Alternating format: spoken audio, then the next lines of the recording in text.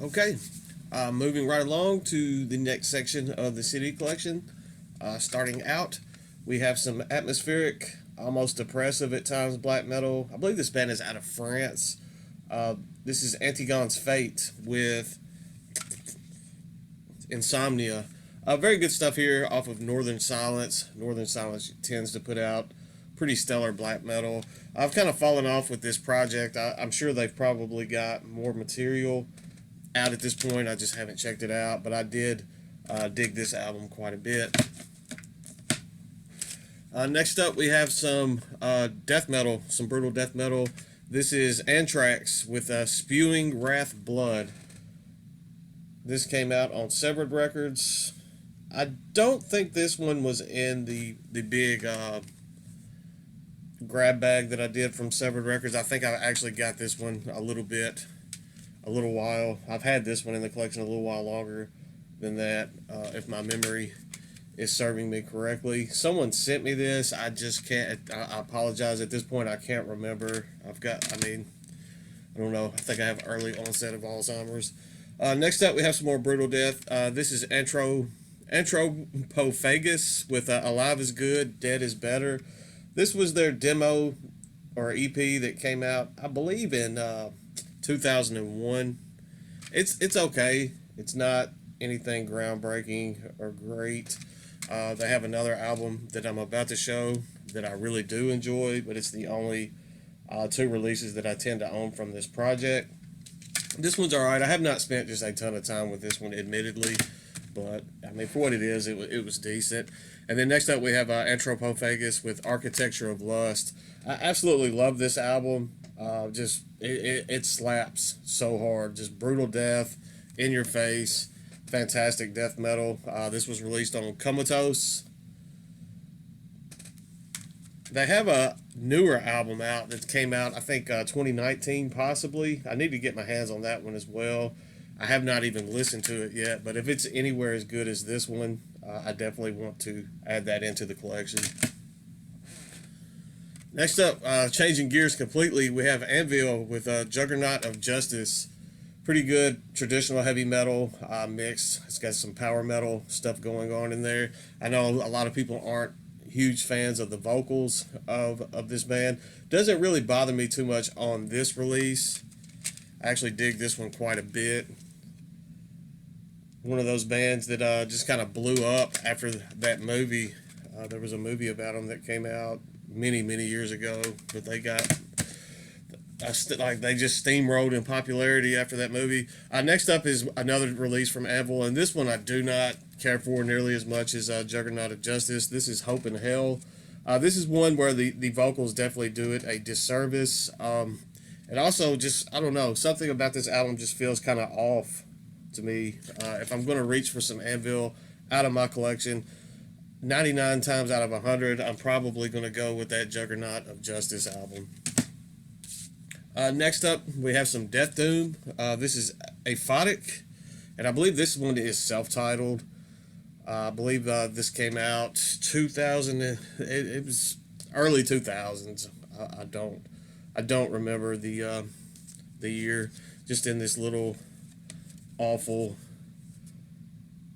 sleeve. It was self-released from the band. And then we have Aphotic with Under Veil of Dark. This one's actually really good. I dig this one quite a bit. Just well performed Death Doom. And it's in the same type of little fold out sleeve, which is terrible. Okay, make sure I'm setting everything right. And then we have one more Aphotic. This is a split that they did with the band Dusk. I've heard people just kind of scream the praises of that Death Doom project Dusk. They are very good. This is where my different type of taste is kind of showing. I don't have the same taste as some of these seasoned other YouTubers that have been like involved in so many different projects. I believe they look at music a bit different than I do. For me, it's just whether I personally enjoy it. But this is Aphotic and Dusk. Aphotic's version of section of this split is To Find New Darkness, and Dusk is The Slumber. So many people just fawn all over Dusk. I like Dusk for what they are, but this was actually the first release from either of these bands that I ever heard, and this came out back in 2005. I've had this forever, and I mean, I did enjoy the Dusk, but I obviously sought out to purchase more of the aphotic material than I did the Dusk. So kind of take that for what it's worth. It doesn't seem like very many people enjoyed the aphotic version section of that split as much as I did. Next up, we have some kind of technical metallic hardcore, if that makes any sense, almost djenty type stuff at times. This is Apiary with Lost in Focus. This is a Metal Blade Records and Ironclad dual release. I believe I got this in that Metal Blade. I did these Metal Blade lots pretty early on in the tenure of this channel, where they had Metal Blade Records releases that were just super cheap, like lots. You could buy lots of 20 CDs, and it was next to nothing. This, I'm positive I got in one of those lots early on. I believe those videos are still up on this channel, so you could go do some digging or something to see if they're still there. Next, we have a death metal project featuring YouTube's own Pete the Guttural Monk. I was down on my luck a few years ago, and he sent me a little pick-me-up package, and this was in there. I'm very appreciative of that. This is, I always butcher the name of this band, and I apologize for that. Apocryphex with Suspended from the Cosmic Altar. Not only does Pete have a collection that puts mind to shame, he is also a very talented musician as well. He's in some other projects that will pop up later on throughout these CD collection videos. But there's the man, the myth, the legend right there. So thank you, Pete, for sending me this when you did. I still am very appreciative of that. Next up, we have a split from Horror, Pain, Gore, Death Productions. This is Apocryphine and Fabricate split. And I hate the fact that the band that's on this split that I enjoy the most is the one that I cannot pronounce their name.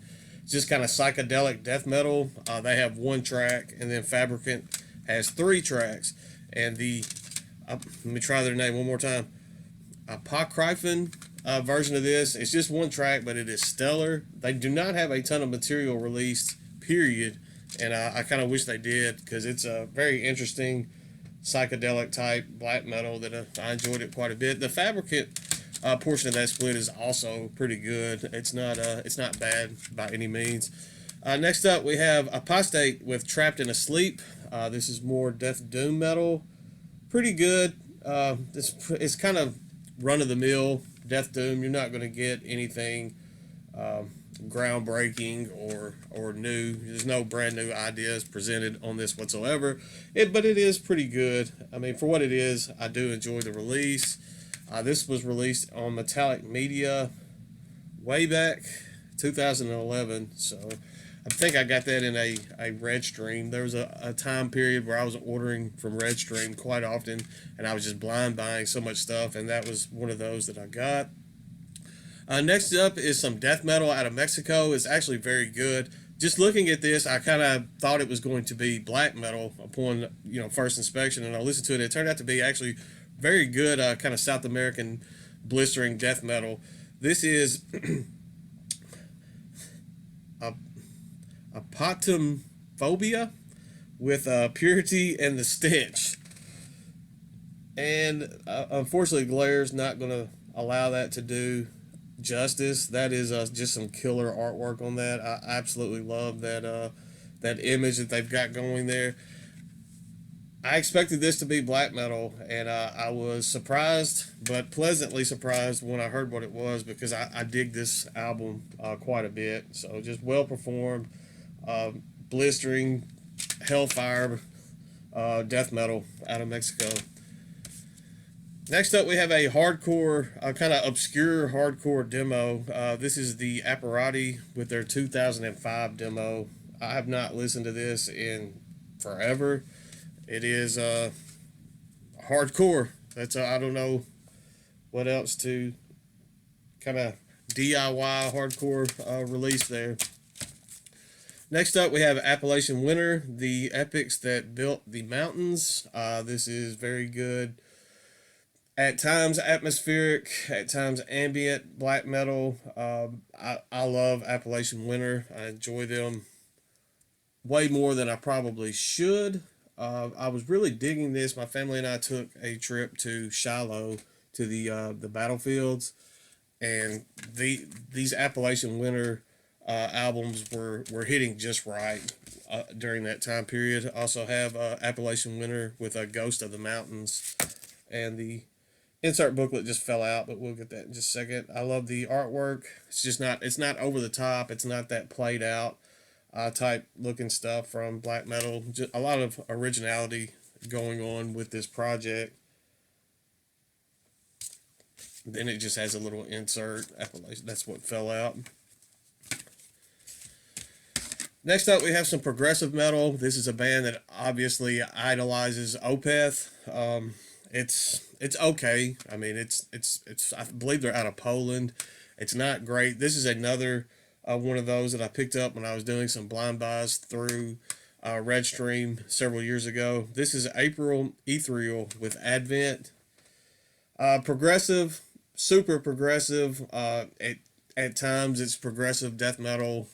Sometimes it's just extreme progressive, and then sometimes you get this feeling of just straight progressive metal coming through it. It's a pretty long album. It's probably about an hour, close to, but after a while it just kind of feels like it's overstayed its welcome. At times it feels like they've just gone progressive for the sake of being progressive. That is also a complaint that I have latter day Opeth, so I guess it works. Maybe they were just ahead of their time there with their Opeth worship. Next up, we have some black and death metal out of Israel. This is Aralu with The Demon from the Ancient World. This is a band that I do enjoy. Unfortunately, this is the only album that I own from them. I need to change that at some point, because I dig this quite a bit. I mean, it's very dark, very dark themed, dark black and death metal, but it is good stuff. It kind of teeters at times more. It leans, I guess, to extremes at times. At times it feels like straightforward black metal, and others it's just straightforward death metal. And then you have a perfect little mesh going on at times as well. Next up is a album. I just showed this in the Relapse Records grab bag, but I said I already owned a copy when that came in. This is Arcadia with their self-titled. This is just kind of psychedelic Mastodon. That's the only way I know how to put it. It's kind of psychedelic groove metal. At times it reminds, it's very reminiscent song structure wise and some of the riff wise to Mastodon, but it definitely has the psychedelic type stuff going on. At times I dig this more than Mastodon, and I mean I like Mastodon for, especially early Mastodon, for what it is, so I guess that's a pretty good praise for Arcadia. Next up we have some black metal. This is a like at one point Season of Mist was putting out like some classic, I mean just classic black metal albums. This is Arcanum with Fenris Rendir. Man, this is a phenomenal release. It says trollish black metal. That kind of is very fitting, but I dig this one quite a bit. Had this in the collection for a little while now. It is one that I do return to from time to time. Very dark, evil stuff, but it is very good stuff. I recommend this one quite a bit. If you haven't checked this one out, go check out Arcanum. I'll hold the little hype sticker up there so you can get that name bookmarked or written down. I'm sure if you're watching this channel, probably 90% of you are already familiar with that album anyway. Next up, we have Arch Enemy with Anthems of Rebellion. Only Arch Enemy release that I own. It's only the disc. Not really worth spending much time on that. One thing I will say is I can stand Arch Enemy a bit more, the older stuff. Now that Alyssa White, whatever her name is in the band, I have no use for them. I have no use for her, and that's all I'm going to say on that. Next up, we have Archaic Winter with the Psychology of Death. Some good American blackened death metal. This is actually pretty stellar. I like this one a bit more than I expected to. This came out on Metabolic Records back in 2006. I saw the at a time. I don't know if they still are now, but they were practically just kind of giving these CDs away on eBay there for a while, and I kept seeing it, and I kept seeing the price point on it. So I was like, you know what? I'll just go ahead and take a gamble, and actually, I really dug it. So pretty good death metal, blackened death metal going on there. Next up, we have some Slam, and this album absolutely hits hard. This album slaps so hard. This is Architect of Dissonance, Realm of the Distant Throne. Let me try that again. Architect of Dissonance, Realm of the Deviant Throne, rather. It does have some deathcore elements going on in this that will turn some people off. I know there's people that don't enjoy that kind of deathcore vibe going on in their Slam. If you're one of those people, you're probably not going to enjoy this. I absolutely love this album. I love this album 10 times more than I ever thought I would when I first purchased it. It just hits hard, and it's relentless. Unfortunately, this is the only release that I own from them. A lot of times I end these videos, I say this every time I do one of these videos. After I end the video, I'll go look to see what I can find from some of these bands that I'm lacking in my collection. Next up, we have my buddy Jason's project. This is some thrashy death metal, I believe, out of Chicago. This is Architects of Ruin with Funeral Empire. I did feature this, I believe, in a 7 Deadly Spins video already. Good thrashy death metal, deathy thrash metal at times. Stellar stuff. They just released a new single.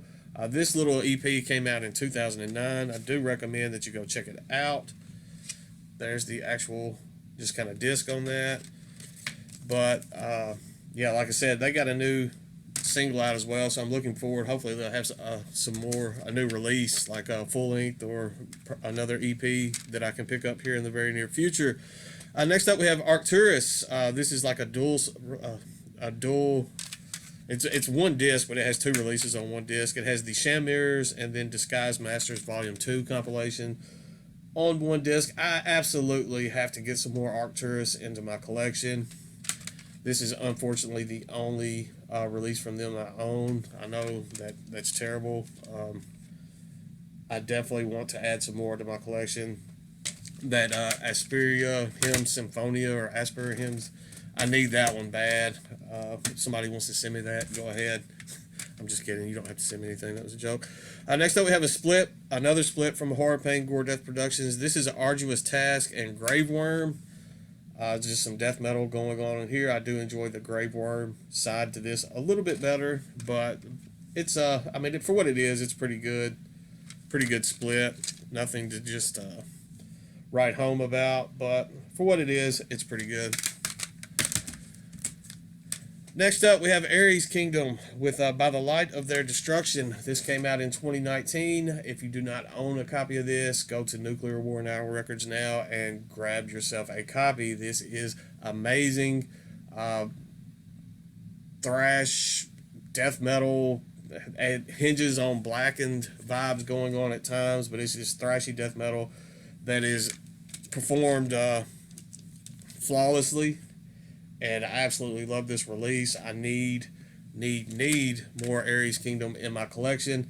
I was bidding on a CD lot this past week that had several of their items in it. I lost. I'm still salty about that. Somebody sniped me at the end. So moving on. We have some black metal. This is the only full length that this project ever put out. I believe they are split up now. This is Argath with Societas Draconistrum. Yeah. Societatis Draconisterium. Yeah.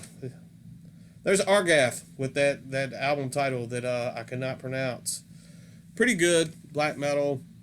There's some pretty decent riffs going on in this. That's one thing that some of these black metal bands at times tend to overlook. This one had some pretty good riffs going on, so don't remember just a ton about it. I know that this is the only full length that they ever put out, but I did enjoy this for what it is. I believe I got this one from Metallic Media when I was doing those Metallic Media grab bags over and over before Metallic Media was no more. Next up, we have some atmospheric black metal. The year that this came out, I was, man, I burnt myself out on this release. I was listening to it over and over and over.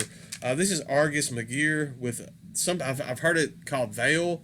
It's Veii, if with the, but I've heard it also listed as Veil.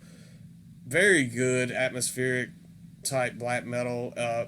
It teeters on Nagura Bungit. I believe that's how you pronounce that.